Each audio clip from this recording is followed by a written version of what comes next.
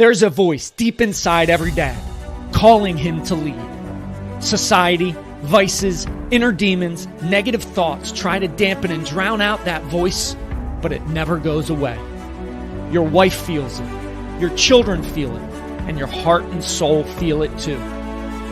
It's the voice that starts off as a whisper, but then becomes a calling to be the tip of the spear for your family, a calling to play all out and lead by example for your children, a calling to build a legacy that will go on for generations, a calling to be the warrior dad you were born to be. Dads, our children need us now more than ever to be that beacon of hope, courage, positivity, and strength. It's time to rise as warrior dads together as a brotherhood. If you felt that twinge in your soul, it's time for the Warrior Dad Experience.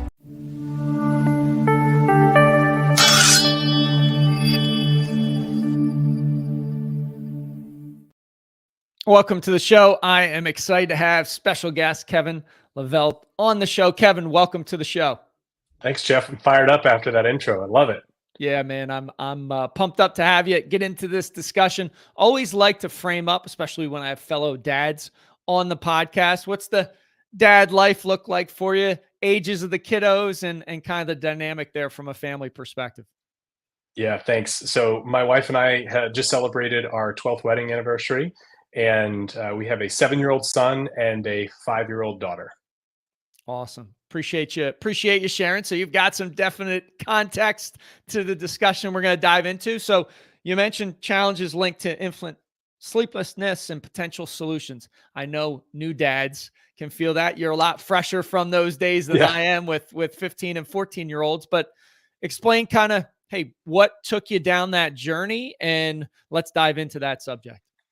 Yeah, so I mentioned my wife and I just celebrated our 12th wedding anniversary. We actually worked together for a number of years building our first business, Mizzen+Main. And in that process, we found out that she was pregnant with our son. And I went out and did a lot of research and was excited to go get some baby tech, baby monitor, make my life easier, use technology to make my life better. Went out and bought what I was told was sort of the most innovative product on the market. It's a company called Nanit. It's a Wi-Fi camera that you run an app on your phone. I woke up one morning, my son was a couple months old, and the app on my phone had just crashed. And when an app on your phone crashes, it can't tell you that it crashed because it crashed. And I learned the hard way that you can't rely on an app on your phone to be a baby monitor. Okay. So I went out and bought an old school Motorola camera and an old school Motorola monitor, and I ran 2 systems in parallel. And I know every helicopter parent says they're not a helicopter parent, but it's not helicoptering. It's just, I wanted to know if I was not monitoring my son. Mm-hmm. And then with a nanny at home, because my wife went back to work and helping build our business, with a nanny at home or a babysitter, you just want to be able to check in on your kid and make sure that, they're safe and being well taken care of. So 7 years later, my son's 7, no one has built a better baby monitor. And that's what I set out to do with Harbor. So Harbor is, I've got for video, Harbor it's a camera and a 10-inch tablet that connect directly to each other, and they work with or without internet. So you get the best of both worlds. But more importantly, it's all designed to help dads and moms get more sleep. Sleep and water are the 2 things we really can't live without. You can go a long time without food or a lot of other things in your life. Mm-hmm. If you go too long without water or sleep, the effects are very, very severe. And so every dad, whether, we were talking before the show, your kids are a little bit older, every dad, every mom remembers those sleepless nights for the first few months. And in some cases, for some parents, years. And Harbor is all about helping parents establish those healthy sleep routines and rhythms early. We have a whole lot of free information we give on our website. We've got sleep experts. We have RNs on staff that will coach parents through what they need. But importantly, our product is all about making it so that you can get sleep and sanity back in your life. And we can talk more specifics about it. But fundamentally, we exist to help parents and kids get more sleep and help parents through those toughest sleepless nights with both technology. And then we have RNs on staff that offer all-night remote night nanny services to be able to help parents get sleep and know whether or not their kids need them.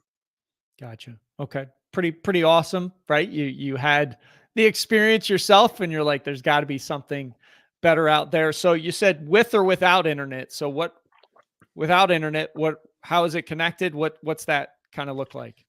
So the camera creates its own signal to connect to the monitor. So you're not reliant on your home internet, your home Wi-Fi. Importantly, that means also if you travel, you can bring the camera and the monitor with you. So if you're using any home Wi-Fi cameras or any of the premium Wi-Fi baby monitors, which are just cameras with an app, you can't take those with you when you travel. Because if you go to a hotel and you get adjoining rooms so your kid can sleep in one room and you and your partner can sleep in the other, you are not in a place with any of those Wi-Fi cameras where you can tap the Wi-Fi for your camera. Now, with our device, the camera and the tablet work directly with each other without internet, but also when you're at home, they leverage your home internet. And that's some of the technology that we've built that we think is really pioneering, and we're hopeful can be a game changer for parents everywhere.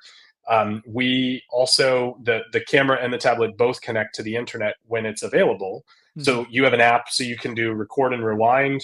You can go back and look in on the day.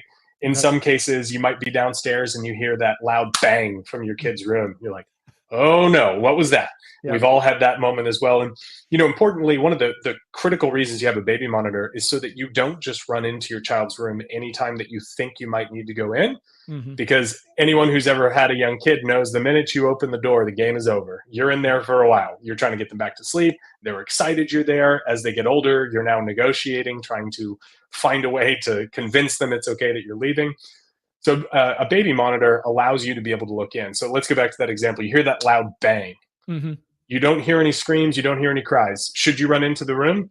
Well, with this, you can just rewind either on the app or on the device itself, and then check and see all they did was their leg just hit the side of the crib. They're fine. They do not need you in the room. And indeed, if you run into the room, you may make it much harder for them to go back to sleep. And so we want to help parents establish those healthy sleep rhythms and have technology improve their lives rather than be a distraction. Yeah, no, I remember those with my youngest. We heard a bang and we were like, what the heck was that? He jumped out of the crib. And then we were like, maybe it was just it was just happened right by chance. Next time we heard next day or a week after, we heard a little bit of a thud. Here he had thrown out all his pillows. So he had a soft landing spot. He jumped out of the crib. So it was pretty crazy. So let's just take the concept of sleep. Let's pull that string a little bit.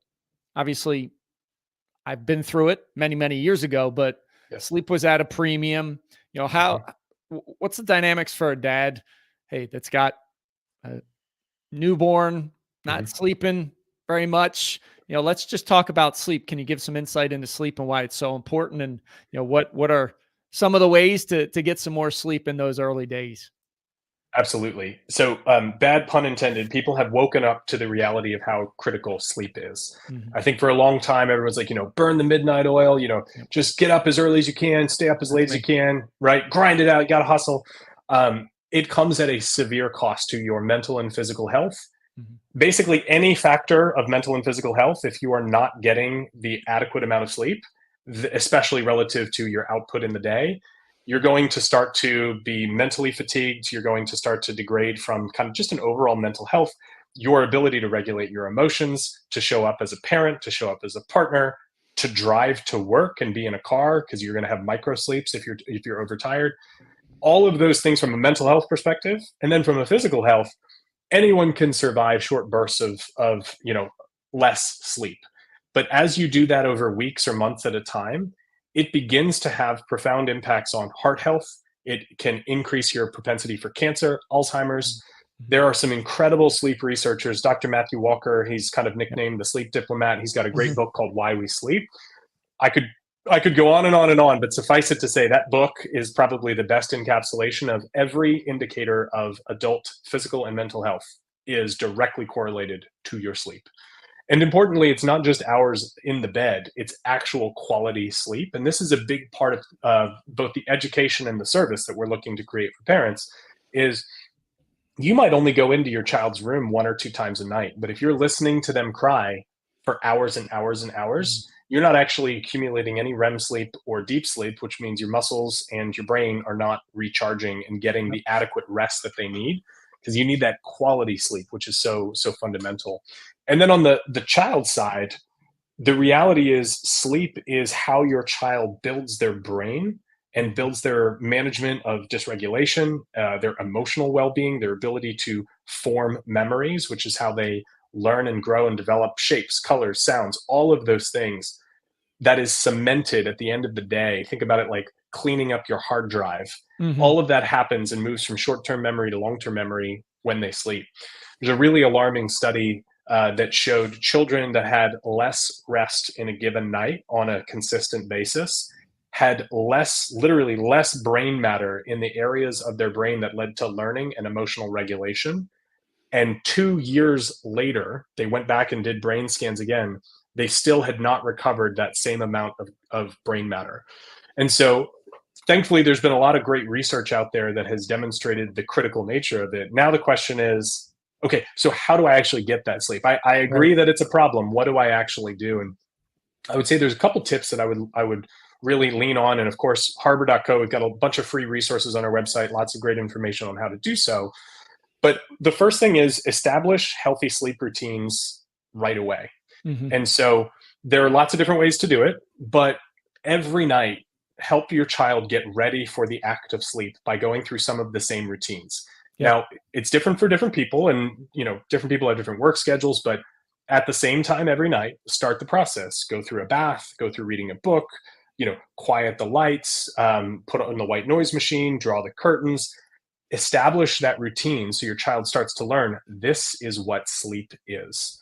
The second thing is putting your child to bed awake is absolutely critical. It is such a sweet feeling to rock your child to sleep, and for mothers to be able to nurse their children to sleep. That bond and that connection is really special. But then what you're doing is teaching the child, and they are capable of learning at a very, very, very young age. You are teaching them, this is how I fall asleep. So when they wake up at 9 p.m., 11 p.m., 1 a.m., 3 a.m., all they want are the same conditions that they had to go to sleep last time. And so it's hard, but you put your child to bed awake, they're going to fuss, they might cry a little bit. You got to let them go. You got to learn, they have to learn how to sleep. And then the third kind of pillar that I would say is, before we get to the overarching principle, but the third pillar would be the minute they cry at night, look in on them and understand, are they okay? And as soon as you know that they're okay, and you'll learn pretty quickly they're fine, you need to follow a routine in the middle of the night that doesn't entail just running in the second they make noise. Because the second they make noise, if you're in there, they're going to be awake, they're going to smell you, they're going to want you, all of those things. And it's hard. It's really, really hard. But multiple studies have shown, because parents are worried, if I don't immediately tend to my child, I must be traumatizing them because they're infants and they need me. And that's not true. Studies have shown you are not traumatizing your child, and you are not harming the mother-child bond, any of those things. But overarching principle, everyone focuses on, how do I get my kid to sleep at night? That's actually not where you set yourself up for the victory of healthy sleep. It's during the day. And so healthy sleep habits and healthy routines during the day are how your child learns and is ready to sleep at night. So getting them up at the same time every morning, following the schedule of wake, eat, play, sleep. And so they get used to that same routine, and that they are getting adequate naps during the day. Because if they're not napping during the day, they're going to be all off in the afternoon, which is going to mess up their sleep cycle. So that was a lot to throw at you all at once, but I wanted to hit some of those highlights because those are, I think, some of the things that are most confusing, especially for new parents. Yeah, no, I love it. Now I'll pull a couple threads. One is burning the candle at both ends. Hey, I was one of those guys. I used to tell my late mother, hey, I'll sleep when I'm dead. Yep. But you know what? I'd be dead a lot sooner than I wanted to if I kept down that route. And just the last 2.5 years really dialing in my sleep, it has been a complete game changer. I mean, I don't get sick. I mean, I have more energy. It's all those factors, but you got to be disciplined about it. So I think that's a slight edge that many dads miss. Like, I'm good, I'll be fine. Man, then all of a sudden you get habitualized to lack of sleep, and then you feel like you're at 100% when really you're at 50% if you got a good night's sleep. So that was a really great one. Preparing for a good night's sleep. I mean, I got teenagers, but we dial that in. Hey, we got to prep and get a good night's sleep. I like to say, let's make sleep a game, right? Like, we got to get our minimum of 8 hours in so we can operate at a high level. And then lastly, put to sleep awake. I would say my wife and I were guilty of not doing that. And I remember with my oldest, like literally lying on his floor and putting him back into bed because he was Hmm. conditioned to get out because he wanted Yes. to see us. So Yes. definitely been there and had some experiences in all those areas. So that was fantastic. Just given those details. What if, you know, dad's listening. He's got a 2-year-old. Yeah. And it's like with my oldest that I put him to bed with me, or his wife has put his son, daughter together with them. And they're Yeah. trying to break that pattern. What are 1 or 2 things that they can do to start to break that pattern? Cause I just looking at my history, that was a big challenge of getting him to sleep by himself without us Yeah. and not climbing out of bed to come find us. Yeah. So, gosh, such a great question. And I think that's an important point to reinforce. You're not alone in whatever sleep struggle you have. Everyone, there's someone that's experienced it, and probably a lot of people. And we all love our children and we want the best for them. And sometimes we can make decisions that end up kind of snowballing, like, oh, well, we'll just let them sleep in here for this week. And then all of a sudden you're trying to get them back into, okay, you have to sleep in your bed sometime, right? Yep. Um, None of those are, you're not a bad parent if you find yourself in one of these moments. But I would say when it comes to getting a toddler back into that routine, Mhm. there are two tips or things that I would suggest. One is, frankly, just change the game and set a condition for reward. And Okay. so you don't want to have to reward every behavior that you ever want, but if you need to break the cycle, there could be a really great reward for, if you stay in your room tonight, tomorrow we can go to the zoo, or we can go on a Mhm. bike ride, and it doesn't have to be anything crazy. It could just be something that they particularly enjoy, Gotcha. so that there is a look. 2-year-olds have very, very underdeveloped brains relative to the rational decision making that sometimes as dads we forget that they Mhm. actually aren't rational thinkers here. um, but they might say, okay, I'll be willing to do so. The other thing is, you maybe for a couple days spend a longer period of time with them reading a book in their Mhm. bed, and making it a really special thing that you're in there with them. I think those are two kind of tips or tricks to help kind of change the routine. The other thing that parents are going to run into is fear. So there are Mhm. different phases where all of a sudden sleeping in their own room can be really, really scary. And so that safe sleep space is really, really important. So, are there things that you can do? So, adding night lights. You don't want to have all the lights on in the room, because lights on overhead, especially overhead and incandescents, really interfere with the ability to sleep. But maybe you can do night lights. Hatch makes a really great night light that you can change the kind of color, or you can change the white noise on. Maybe you can turn a closet light on. Mhm. There's a period in time where my son was doing great, and then all of a sudden he was really afraid of his room again. So we would check the room together. And I would say, basically, I'd sort of reinforce, do you think I'd ever let anything happen to you? No. All right, well, let's check this room together.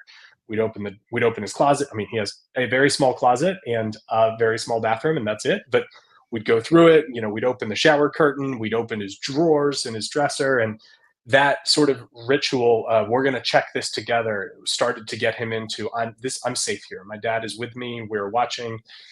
And then, maybe for a couple nights, you got to let them sleep with the door open. Mhm. And it might be louder, or there might be disruptions, but they're going to feel that they're not isolated and away. And then if you stick to it, I, having talked now to thousands of parents, you hear about parents who are really struggling, and they feel like they fail because it hasn't worked in 2 or 3 nights. Right. Well, it might take 2 or 3 weeks to get back into the routine, but if you stick to it, eventually you will be able to get there. But come all the way back to, if you're struggling with a 2, 3, 4-year-old or older, what does the routine look like before bed? Mhm. Are you having dinner as a family? Is it good, wholesome, nutritious food, or is Right. it, McDonald's? Yep. Are they having sugar really late? Are desserts interfering? Is there potentially caffeine? Because some of these kids' drinks actually sneak a little bit of caffeine in there. Mhm. And then, are you taking a bath? Are you reading a book? Are you calming down and preparing the mind for sleep? Some of us are so tired at the end of the day, we're like, I could literally run, a mile around the block and come in and fall asleep. Well, kids can't do that because they don't Mm. have that sense of rhythm yet. So Right. stick to it, and then think about, what does the structure and routine look like? And is there calm in the house?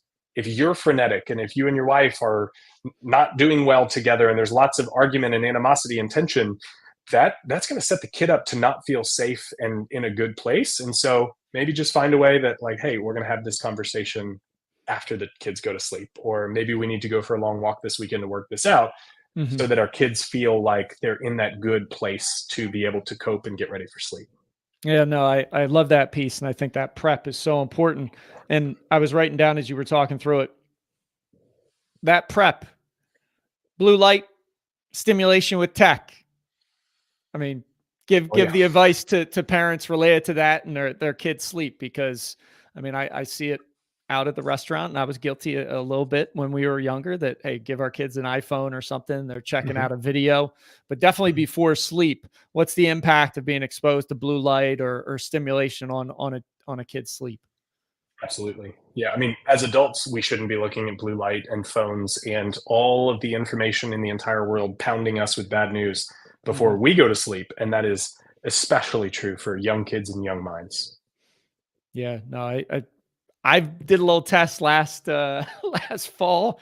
I mean, I dial in the PM and I get away from blue light, wear blue light blockers, but I watched, I think it was a Chris Helmsworth, like Extraction, both his movies back to back nights. And You're it's fired so up. yeah, it was so action, like I literally couldn't fall asleep. And I'm like, here's a great example, just testing on myself of like, and not only as dads do we need to get away from it, but if our kids are watching stuff and exposed to it, it just is not setting them up for success in a sleep perspective. You also mentioned balancing business and parenthood. Obviously, you're running a company. You've got two younger kids. How does that work, and how do you navigate that dynamic? I'll say never perfectly. I'm always struggling with this, and I've written some about this. I'll tweet about it. I'll talk to you about some of the things that I'm working on, and I don't even sort of want to pretend I've got it all figured out, and everyone should just follow my playbook. But some of the principles ultimately are separating time between work and family. And the biggest drain on my family is this thing, the phone. And so I never wanted an Apple Watch because I wanted fewer notifications in my life, not more. But having an Apple Watch has made it to where when we go for a walk, I can just leave my phone at home. If we go for a bike ride and go to the playground, I can't do anything on my watch. I don't get email. I can call people. I can send myself a reminder so I don't forget. And I can voice to text people, which is really obnoxious. But it means that I get the bare bones of the technological necessities, and I am reachable in case of an emergency, but otherwise I can just be there with the kids. Just having my phone in my pocket is already a problem. And so I try to leave my phone in my office when it's time for me to go out, because I work from home. I go out to dinner, leave my phone in the office. And then also just when it's time to go out and be with the kids for, dinner and after dinner and bedtime, that's time for family. And then if I need to go back to work, then I go back to work. I don't try and have those two things go together. Building a startup is, I will admit, harder because you are the alpha and omega of things that need to happen. And then the other thing is just trying to have very focused time and activities on the weekend. So sometimes I need to work on the weekend, but say like, all right, we're going to go to the park for 2 hours. Right. And then I'm going to come back and get some stuff done, rather than feeling like that push and pull all weekend long. Because I've heard this recently, work it's like a gas. It will fill its container. Yep. And so if you allow it, it will be there. It will never, ever, ever stop. And then importantly, we talk about being a dad and balancing, parenting and work.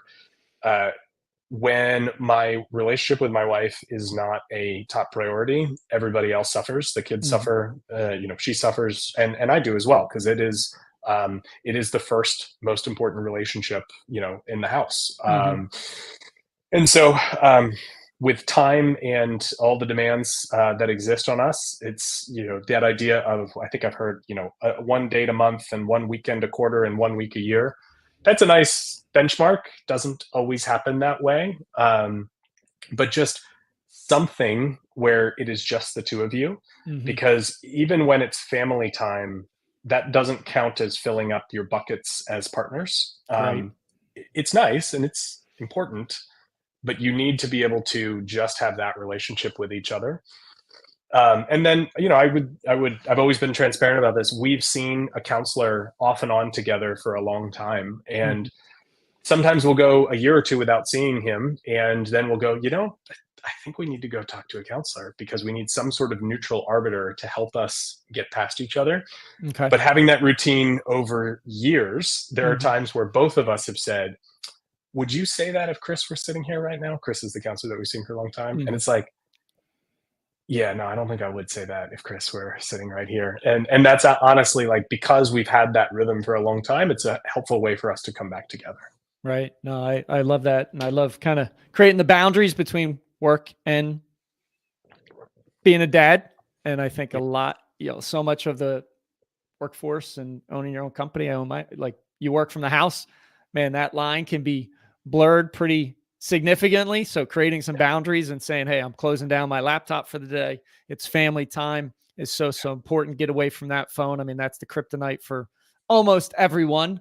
And then love dedicated time with your spouse. I mean, this year I committed to my wife every week we're going on a date, but many times it's just 20 minutes for coffee on Sunday at Starbucks, just in front of each other. It has made a world of a difference in our relationship this year because, and it could be just going for a walk for 15 minutes, but we're just together, just the two of us. I think many times, and I know this was true when we were first parents, you're drinking through that fire hose and you don't have any time and you kind of lose yourself in those early days. So love those pieces, Kevin. Kevin, where can people find out more about you? Where can they find about the monitors, all that good stuff? Yeah. So first and foremost, at harbor.co, we have so many great resources that are free. We've got interviews with experts. We have sleep guides for infants, sleep guides for toddlers. So that is anyone, please go check those out. If we help parents and kids sleep better, then we are aligning towards our mission. You don't have to be customers. We put that information out there to try to be a resource. But at harbor.co, people can sign up for our baby monitor. We'll be shipping our first 100 units this spring. And then we've already sold out of that first batch. Everything else will be shipping late summer. We look to be able to change thousands of families' lives this year. You can find our company on all the socials at Harbor Sleep. And then you can find me on X at Kevin S. Lavelle. And also I post a lot on LinkedIn about the professional side of building this journey and some of the cool moments of being a dad. We were just at a golf tournament this weekend where Mizzen+Main, my first company, has a huge setup, and it's so cool for my kids to see. That's the thing that Dad had built with his friends, and to see that out in the wild is a really meaningful thing. So if I can be helpful to any listener anywhere, shoot me a note on X or LinkedIn. I try to be helpful. Obviously, can't do everything I want to in a given day, but I've learned some things along the way, and part of sharing these journeys is to try and help others too. Man, love it, Kevin. Appreciate you being on the show. Jeff, thanks for the opportunity. Thanks for listening. Thanks for watching. Dare to be uncommon. Create a legendary day. I'll talk to you soon.